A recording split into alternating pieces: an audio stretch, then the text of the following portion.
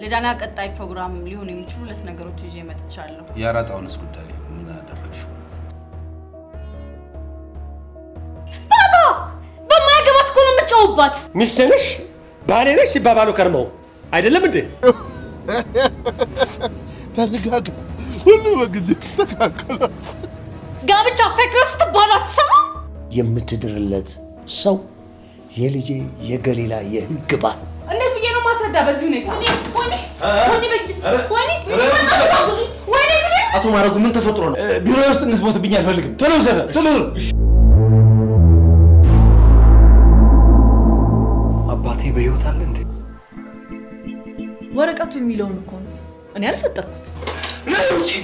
እወጣለታለሁ ድሮውንም አውጣለሁ ሁለታም በሁለታ የምትመልሽ ይመስላል አሁን አንተ ብትሆን እኔን አድርጌ የምትለኝ ነገር ታድርጓለህ በልጃችን እየሻለሁ ለወደፊት እየመጣ እንዳትረብሽኝ አንድ እድል ሰጥሃለሁ ግቢ ማቆሸሽ ክልክል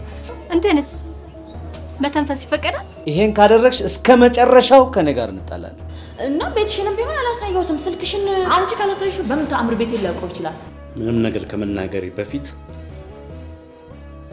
ጠበቃዬን ማነጋገር ፈልጋለሁ ስለዚህ ኩር ፍርድ ቤት የዋስትና መብቱ እንዲከበርለት በአክብሮት ጠይቃለሁ እውነቱን ስነግርሽ ለምን አይገባሽ እንግዲያውስ ማረጋውን ለማየት ያብቃውት ሺ ጊዜ እህትሽ ብትሆንም በሷ ፍላጎትና እምነት ውስጥ እየገባሽ የመወሰን ቅንጣት መብት እንደሌለሽ እንድታቂ ይፈልጋል